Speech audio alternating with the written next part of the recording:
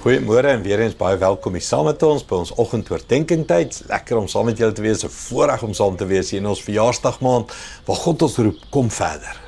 Kom doen bietjie meer. Klim in, kom na my liefde en intimiteit toe. Nie werke nie godsdienst nie. Nee, doen dit omdat jy my liefhet.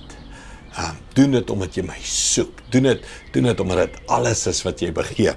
Vandag se skrif van 'n stukkie langetjie wees, maar net om vir ons te wys die vreesaanjaendheid van God. Eksodus 19 vanaf vers 16 tot 20. Hy sê vroeg die volgende oggend of die oggend van die derde dag was daar donderslae en weerlig. 'n Dik wolk het oor die berg gehang. 'n Trompet het baie hard geblaas. Nou onthou jy, God het sê as jy die trompet hoor, kom teen die berg op. Die volk in die laar was doodbang. Moses het die volk die kamp gelei om God te gaan ontmoet.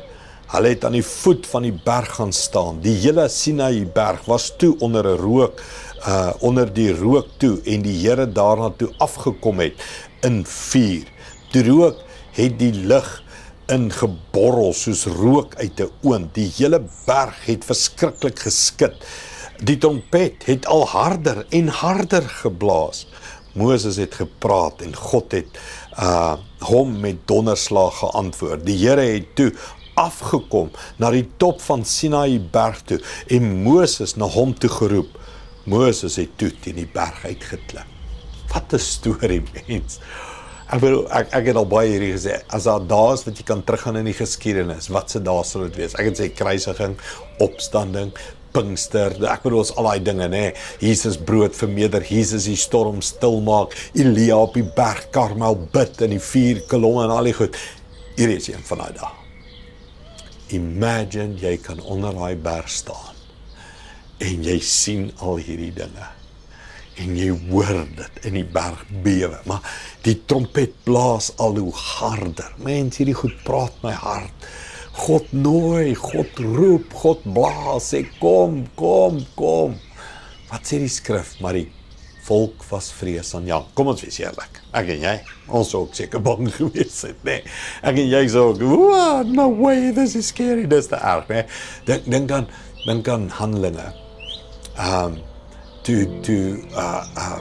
Wie is die twee wat gesteel het en dood neerval in die kerk, onthou jy, en het sê die hele volk was in vrees en bewing en angs oor wat gebeur het, net 2 mense val dood neer, wat nie reg in die kerk kom en geld steel.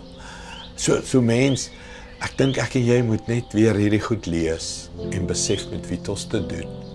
Hoe groot is God? En daai groot God blaas die trompet. En dit beteken ek nooi jou. Kom na my toe. Wat gaan iets kos? Maar kom na my toe. Ek wil 'n verhouding met jou hê. Kom ons bid saam.